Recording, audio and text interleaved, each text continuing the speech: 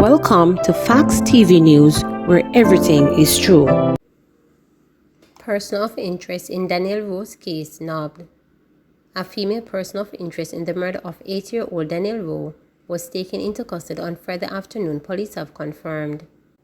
According to Deputy Commissioner of Police in charge of Crime and Security, Fitz Bailey, the individual was picked up in the corporate area at about 2:30 p.m. This is the first break in the case since Daniel's slaying 3 months ago, which sent shockwaves throughout the nation. DSP Daly says the police are unable to give any further information regarding the identity of the person of interest due to administrative and legal procedures. Further information will be made available as soon as those proceedings are completed, he stated. On June 8, Daniel was abducted after leaving Brayton Primary School in Portmore, St. Catherine. She was later found on Roosevelt Avenue in St. Andrew with her throat slashed. She died at the Bustamante Hospital for Children 2 days after the ordeal.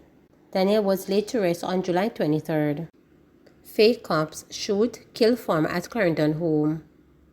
Gunmen pretending to be police officers shot and killed a farmer at his home in New Longsville, Clarendon on Friday morning. The deceased has been identified as 42-year-old Tyrone Davis, otherwise called Hilroy. It was reported that around 1:30 a.m., Davis was at home sleeping when he was awakened by loud bangs on the door and shouts of "Davis police, open up." The farmer, police said, complied after hearing the banging getting louder from both the front and back doors. He opened the front door and the fake cops opened gunfire, hitting him in the head.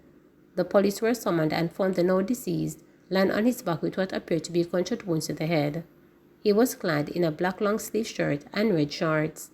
Davis was transported to the Mapen Hospital, where he was pronounced dead. The body was later moved to the morgue pending a post-mortem examination. Clarendon man charged after allegedly shooting man in the face. A 21-year-old Clarendon man was stopped with several charges after allegedly shooting a man in the face in Cornpeace District in the parish on Sunday, August 6. Charged is David Green, otherwise called Roshan, of Top Hill Hills. He was charged only with intent, possession of a prohibited weapon, unauthorized possession of ammunition, and using a firearm to commit a felony. Reports from the Mapen police are that about 8:30 p.m., the complainant was on his way home when he was allegedly attacked by Green, who opened gunfire, hitting him in the face. The complainant managed to escape and was assisted to hospital, where he was admitted for treatment. A report was made to the police, and Green was arrested during an operation in his community. He was charged after a question and answer session in the presence of his attorney. A court date for him is being finalized. Motorist dies after vehicle crushed by shipping container. A motorist was killed in Spanish Town, St. Catherine on Friday afternoon after his vehicle was crushed by a 20-foot container being halted by a truck. The mishap occurred outside the gates of the Grace Kennedy Distribution Center on Salt Pond Road around 2:15 p.m. No one else was injured in the incident. Reports are that the car was exiting the compound and the truck was entering when tragedy struck. Reporters were informed that the truck driver has since been taken into custody by the police. It's alleged that he was speeding when he lost control of the truck.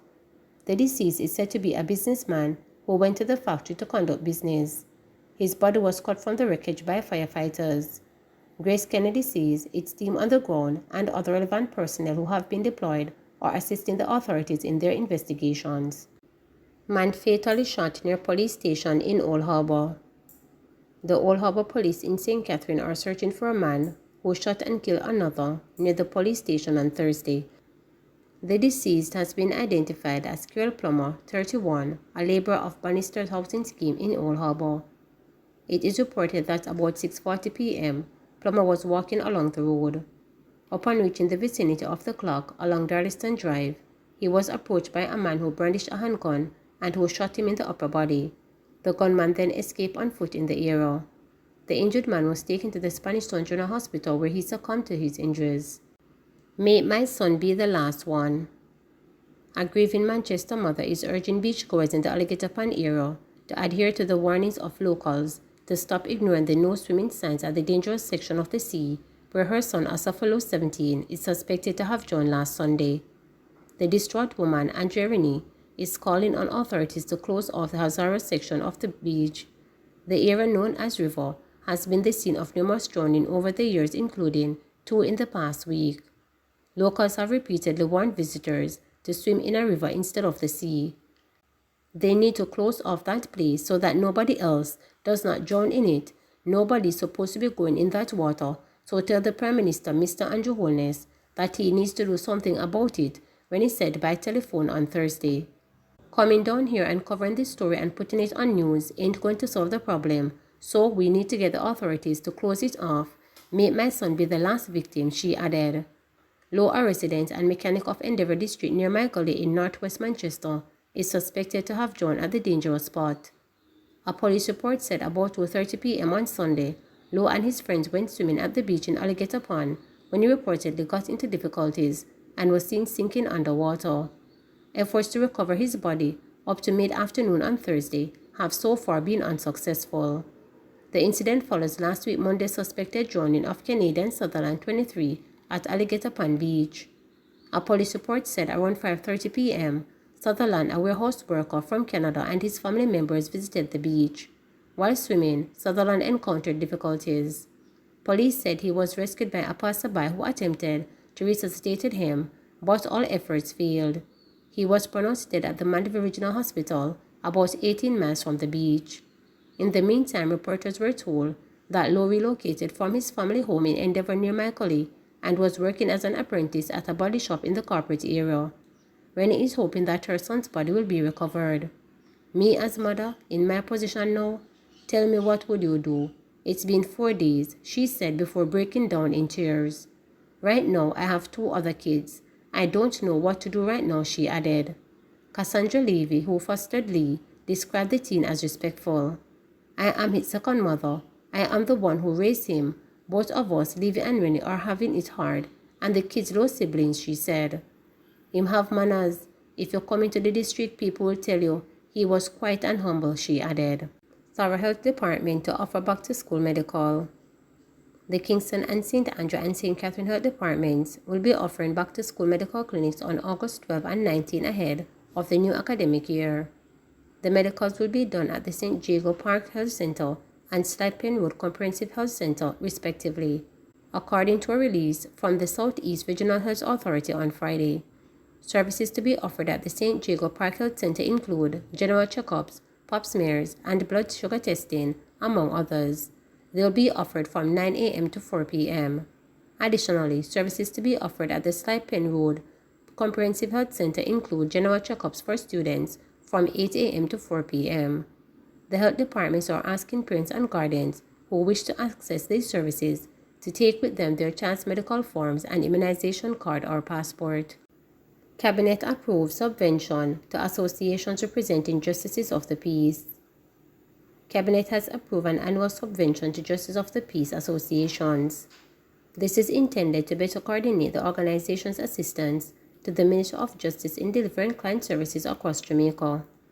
Portfolio Minister Delroy Chalk made the disclosure during Thursday's commissioning ceremony for 93 new JPs for the parish of St. Catherine at the New Testament Church of God in Britain, St. Catherine.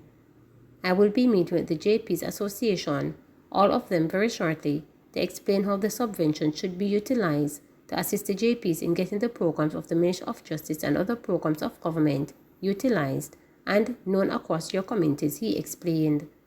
Chuck also stated that one of the greatest challenges facing the ministry is the use of violence by many Jamaicans to solve their problems and abuse to settle their grievances.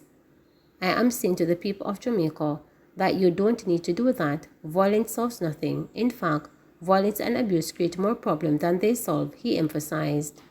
Chuck assured that the ministry will be working with and urging the JP Association to get all JPs across their parishes to highlight restorative justice, mediation, victim support, child diversion, and access to legal aid as conflict resolution alternatives. This, he added, so that persons can use appropriate means to settle grievances, to avoid conflicts, and to get legal advice, which is free and readily available. Chuck encourages the 93 new JPs to join the Justice of the Peace Association in their respective parishes. All JPs are eligible to join the association and must pay an annual fee of $1,000 to become a voting member. The role of the Justice of the Peace is governed by the Justices of the Peace Act 2018, which seeks to promote the rights of citizens. Please remember, to subscribe, like, share,